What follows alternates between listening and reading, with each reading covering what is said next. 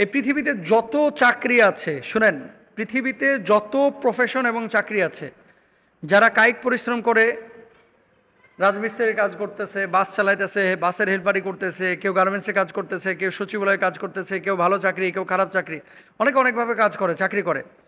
এই পৃথিবীতে সবচেয়ে কঠিন যে চাকরিগুলো, এর মধ্যে উল্লেখযোগ্য একটা কঠিন চাকরি হচ্ছে ইমামতির চাকরি।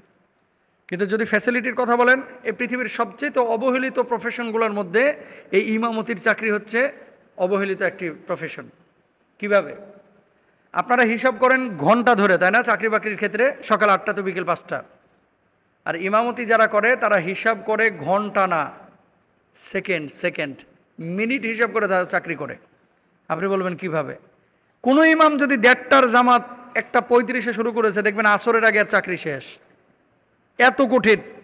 ফজরের নামাজ, আপনি তো ঘুমায় থাকেন, আর আমাদের বাংলাদেশে যে সমস্ত ইমামরা আছেন এরা রাত্রিবেলায় ঠিকমতো ঘুমাইতে পারে না ভাই। যখনই জাগ্রত হয় বারবার খালি ঘড়ি দেখে, বারবার ঘড়ি দেখে। কেন? না জানি ফজর রক্ত হয়ে গেছে, না জানি তাহাজ্জুদের রক্ত হয়ে গেছে, না জানি ফজর আজান দিচ্ছে, কখন দিবে। রাত্রিবেলায় ঠিকমতো ঘুমাইতে পারে না। ফজরের নামাজ নিয়মিত মসজিদে জামাত আদায় করতে হয়, কি শীত, কি গ্রীষ্ম, কি ঝড়, কি বৃষ্টি।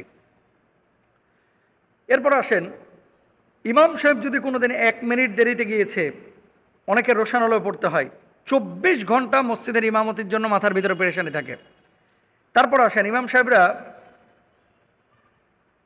হাজার মতের মানুষকে মানে তাদের মন মানসিকতা এটা মেনটেন করে চলতে হয় মুসল্লিদের। কেউ আছে সাপুড়ে, কেউ আছে বাদাম বিক্রেতা, কেউ আছে সচিব, কেউ আছে উকিল, কেউ আছে ডাক্তার, কেউ আছে হুজুর, কেউ আছে তাবলিগওয়ালা, কেউ হচ্ছে চরমোনাই, কেউ হচ্ছে জামাত, কেউ হচ্ছে ইসলামী আন্দোলন। মুসল্লি কিন্তু এক মসজিদে এত ধরনের। কোনো কারণে যদি একজনের মতের বিপক্ষে ইমাম সাহেব গিয়েছে, তাহলে কিন্তু ইমাম সাহেবের উপর অনেক জায়গায় হামলিয়ে পড়া হয়, তাই না?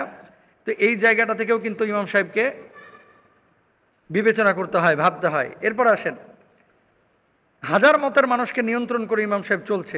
সব জীবীদের সপ্তাহে 2 দিন ছুটি আছে, আর অনেক মসজিদে ইমাম সাহেবের বছরে হয়তোবা 30 দিনও ছুটি নাই, 15 দিনও ছুটি নাই, 10 দিনও ছুটি নাই। 3 মাস পরে 3 দিন ছুটি দেওয়া হয়, তারপরও 30 বার তাকে জিজ্ঞেস করা হয়, আসবেন তো, কখন আসবেন? এত কথা কেন বলছি, কেন কঠিন চাকরি বলতেছি? আমি আরটিভিতে লাইভ করি, 6টায় লাইভ শুরু, সন্ধ্যা 6টায়। 6টা 2 মিনিটে যদি আমি ঢুকেছি, তাহলে কি পরিমাণ যে আমাকে সেখানে জবাবদিহিতা করা হয়। কেন? এই 2টা মিনিটের দাম মিডিয়ার ভাষায় প্রায় 1,20,000 টাকা, 2 মিনিটের দাম। আর টেলিভিশনে লাইভ করি 1 ঘন্টা আগে আমরা চলে যাই, যাওয়ার পরে 6টা মানে 6টায়। আর ইমামতি যারা করে তারা মূলত মসজিদে 5 বার লাইভ করতেছে প্রতিদিন। খেয়াল করেন, ফজরে একবার, জোহরে একবার, আসরে একবার, মাগরিবে একবার, এশা একবার। তো এত কষ্টের পরে যখন মাস শেষে হাদিয়াটা দেওয়া হয়, বাপরে বাপ, কোনো জায়গায় হাদিয়া 3600 টাকা পুরো মাসে।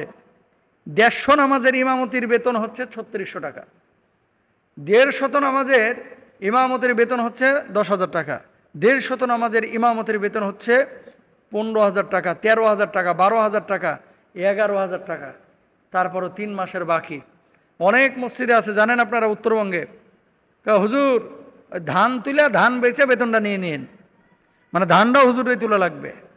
কোথায় যাচ্ছি আমরা? মনে রাখবেন, আল উলামা ওয়ারাসাতুল আম্বিয়া, আলেমরা হচ্ছে নবীদের ওয়ারিস। এদেরকে ঠকাবেন, আল্লাহর আদালতে কিন্তু আপনারা দাঁড়াইতে হবে ভাই।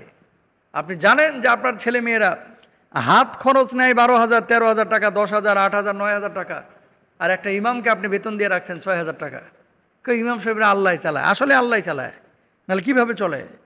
হ্যাঁ, ইমামের রোগ নাই, ইমামের বউ বাচ্চার রোগ নাই, এই জন্য আল্লাহ চালাচ্ছে।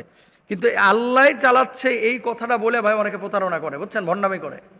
আল্লাহ চালাচ্ছে বলে আর বেতনটাও বাড়াইতে চায় না, আল্লাহ চালাচ্ছে বলে আর বোনাস দিতে চায় না, আল্লাহ চালাচ্ছে বলে এর কোনো সুযোগ সুবিধা ফ্যাসিলিটি দিতে চায় না।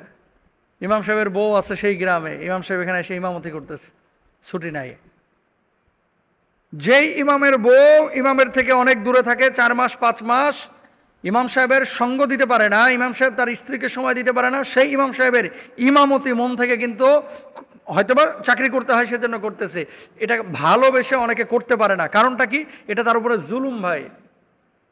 তাকে সুযোগ সুবিধা দেওয়া উচিত, এবং প্রত্যেকটা মসজিদে যাদের সামর্থ্য আছে ইমাম সাহেবের জন্য একটা কামরা থাকা উচিত। সে বউ নিয়ে ওখানে থাকবে। মানবিক চাহিদা, জৈবিক চাহিদা তো তারও আছে না?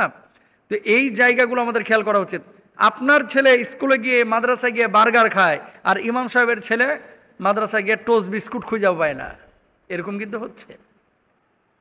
তা আল্লাহ চালাচ্ছে বলে ইমামদের সাথে প্রতারণা করা, এ সমস্ত ভণ্ডামি করা আমাদের বন্ধ করতে হবে। আল্লাহ আমাদেরকে বোঝার তৌফিক দান করুন।